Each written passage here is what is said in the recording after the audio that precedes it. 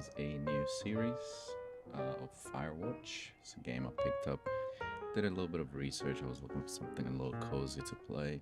It's been a couple days just chilling, so I was like, you know what? Let's take a quick look at something new, something different. And I was recommended this game by a few people. Compass Hunter presents. They said it's really good. It's very atmospheric, story-driven, which is the kind of game I like. In cooperation with Panic Inc. Boulder, Colorado, 1975. I don't know why the mouse is still on the screen. I'm gonna try and drag it away. Let's see if that's fine. You see Julia. Okay, who's Julia? Can I move? Oh, okay, I gotta interact. Okay. She's about your age, late 20s, laughing with well dressed professors and grad students from nearby CEU Boulder. You, Henry, are drinking with your pals. You approach her. Okay, so when it's orange, it means like, ooh, you're drunk. Oh, okay. They're gonna put my flirting skills to test. I can say you're pretty, but I'm drunk. But I can also say what's your major, but then that would sound like I'm weird. Like, what kind of a conversation starter is that? But I will choose that. You slur the word major and it smells like chorus. You give an awkward smile. Evolutionary biology, she says, and I'm a professor. Cool, you reply. What's yours? She asks. She sniffs the air. Toxicology? Was there a burn, you ask? She asks. She says, definitely. Worried she hurt your feelings, she asks if you want to split a cheeseburger. 1 week later, you are Julia's boyfriend. Oh, mine. Oh, mine. Okay. It seems like I made the right choice. Okay. It's my backpack. So R2 to pick it up. Should we go press a button maybe? Okay, elevator is moving. Right, my earphones are not the greatest right now, so I need to bring up the volume of the game. Is this settings? Bring it up a little bit, maybe 80. I like the music that's playing though. It's really, really nice. Okay, that sounds better. Parked at number 5. Is there anything I can sort of interact with or... Okay, there's no prompt on what to do. I'm gonna guess this is our car. Oh, there we go. Alright, perfect. You date for over a year. She drives you absolutely nuts. It's great. I guess in this case it's a good thing, You move in, you share an apartment near the school with a view of the mountains. You two drink beers out on the deck. You drink beer just about anywhere. Life is good. Life does sound good. Julia wants to get a dog. There's a scruffy, undersized beagle. Julia is in love. She wants to bring it with her to class. There's also an intimidating but gentle-eyed German shepherd.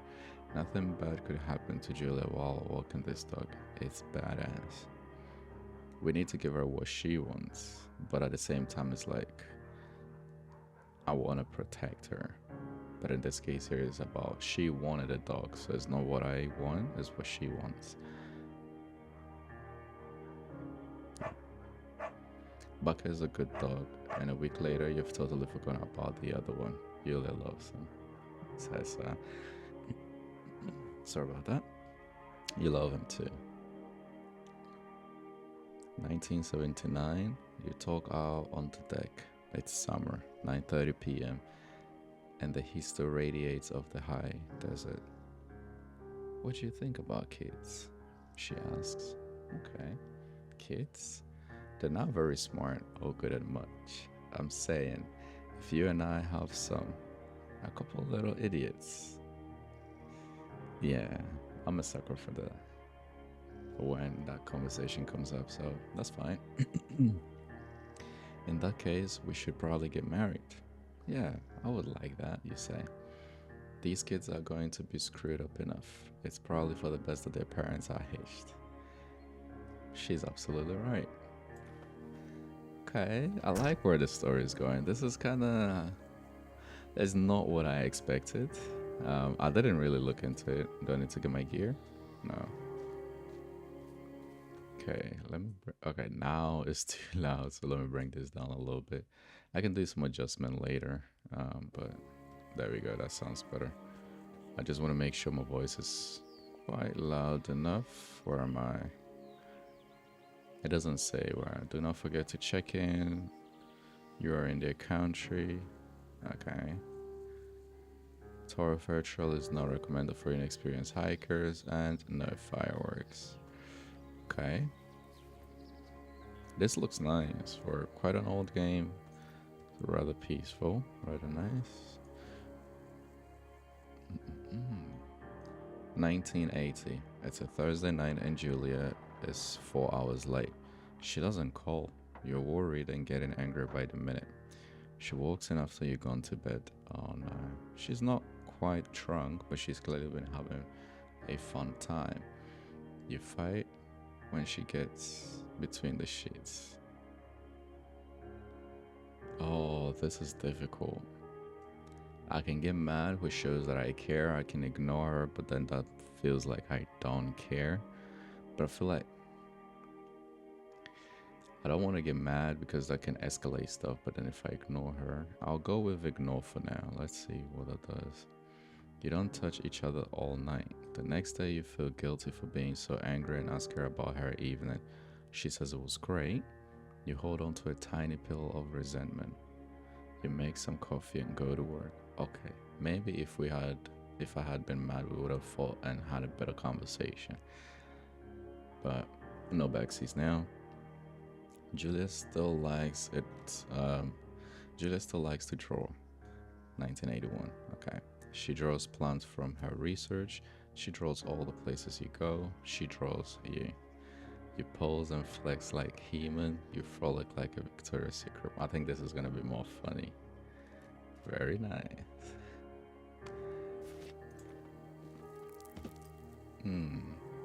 Okay. So, sunset. Oh. This is dangerous. Can we remove this? Can I run? Oh, I can run. Okay. Two forks. Fire lockout. Okay. Lockout or lookout? I think it's lookout. Oh. Okay. Yeah, that's sunset. It looks quite golden. I like it. 1982. During the summers, you and Julia enjoy walking bucket at night. There's a festival in town. It brings in folks from faraway places. One of them tries to... Oh, I knew this dog was gonna come in clutch. Don't let me find out this dog is gonna jump and get stabbed and, you know, get hurt and die. Or, had I got a German Shepherd, he would have protected her at the time. Oh my goodness. One of them tries to mug you with a knife. Bucket get kicked. Oh. Julia yells. She gets flustered and she has trouble speaking when she's stressed. You confront the attacker. Oh my god. You reach into your pocket like you've got a gun and trying to kill him. You manage to scare all three of you. He runs away. Julia asks to take a different path from the day forward. You say okay. You don't want to go that way either. From then on, you walk by the river. Okay, we came out successful. That's good. In 1984, plans to have kids get waylaid by work. Oh no. Julia gets offered a job at Yale. Congratulations. Yale is in Connecticut. Okay. 2,000 miles away. Ooh. It's a great job. Associate department chair. She wants to move. You absolutely do not. Convince her not to take the job. Yo, these two options are ridiculous. 2,000 miles and you want her to commute back and forth? But that's like... Okay, let's see. You ask her if she will commute back and forth. You don't want to move to Connecticut. She says that'll be hard, but she will do it if you won't move. You tell her not to pass it up if she wants it. She agrees. She flies back to Boulder 3 times. Okay, that's fine each semester. So not too bad actually. Julia is sent home from Yale on paid leave after having an episode. She lost it on a colleague for borrowing books that were important for her research or to her research. She didn't remember she had happily loaned them to him just 2 days prior. She was found crying in the stairwell. You said that maybe you guys should talk to someone about it. No, we need to talk to someone about it. After seeing multiple doctors and having many tests, they're worried that Julia might be suffering from an early onset dementia. She's 41. You both decide to keep it a secret for now. Oh, jeez. Okay. Is she here with me?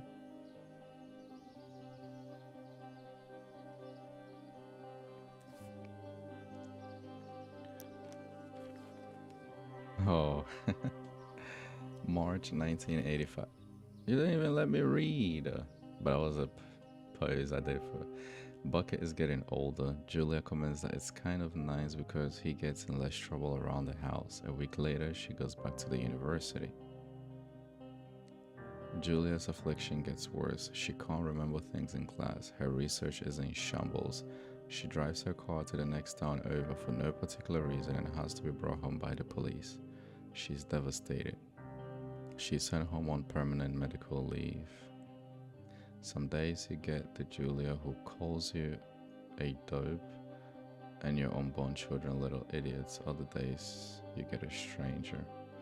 She pulls you into bed to make love. After 5 minutes she goes into panic believing her dad is at the door. You tell her family they crashed and begin to make trips to and from their home in Australia to visit her. For a while, your friends come by with little things to brighten the day. She gets worse. 1988. You spend your days following Julia around the house. You count the seconds between the 2 weekly visits from Daniel, the nurse. He suggests that Julia could live somewhere else, somewhere with 24-hour care, a home. He sits with you for a couple months. Oh my goodness, okay, this is so difficult because if you care about someone, you want to be with them and take care of them, but then the care they need, you definitely cannot provide it 24/7. But then that also feels heartless, but at the same time I'm doing it for their good.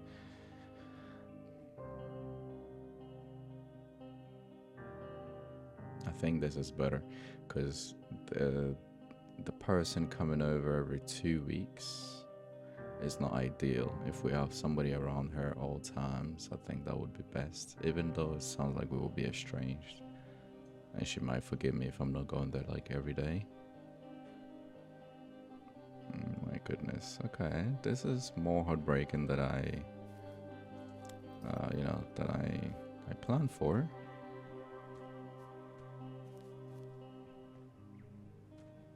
Don't try and fall, buddy.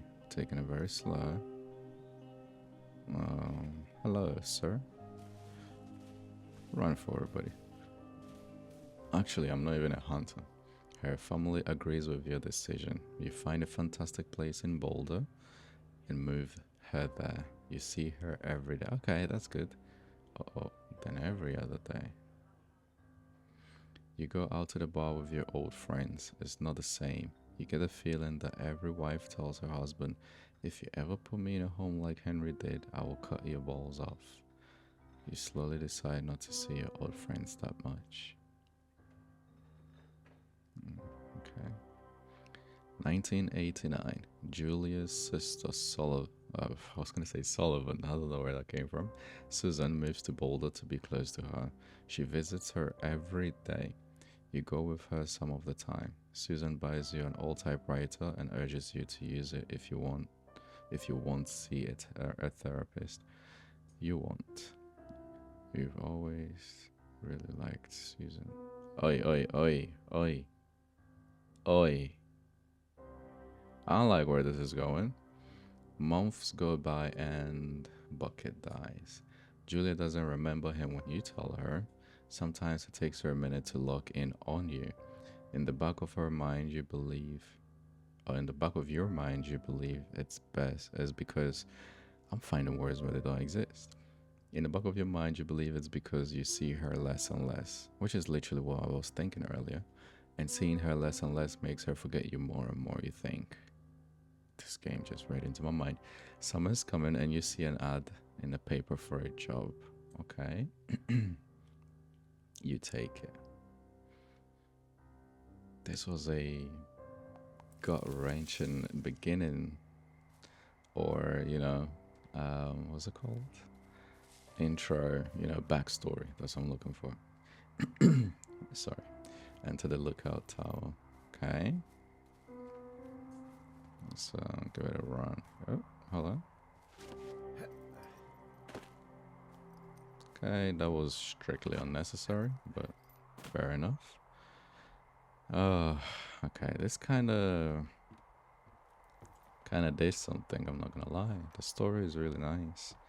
But then we're like, what, probably in our 45s, going 50s, you know, late 40s, let's say. Can we walk it, please? Okay, so R2 will be always our interaction button. So this is where we live now.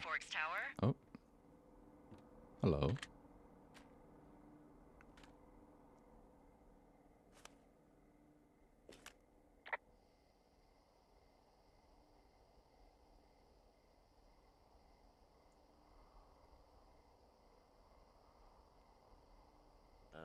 Hello? Whoever this is? It's Henry, right? Yeah. I'm Delilah. Who is it? Oh, well. Yeah, that's what the guy said on the phone. So, what's wrong with you? Excuse Huh? me? People take this job to get away from something. Okay, so fair what's enough. wrong? What's wrong with you? That's a great idea. Go ahead. Look, I just hiked for 2 days, so I don't really follow whatever it is you're doing right now. You take a stab at what's wrong with me. Fine, then can I sleep forever? Damn. Sure, buddy. Okay, now go ahead.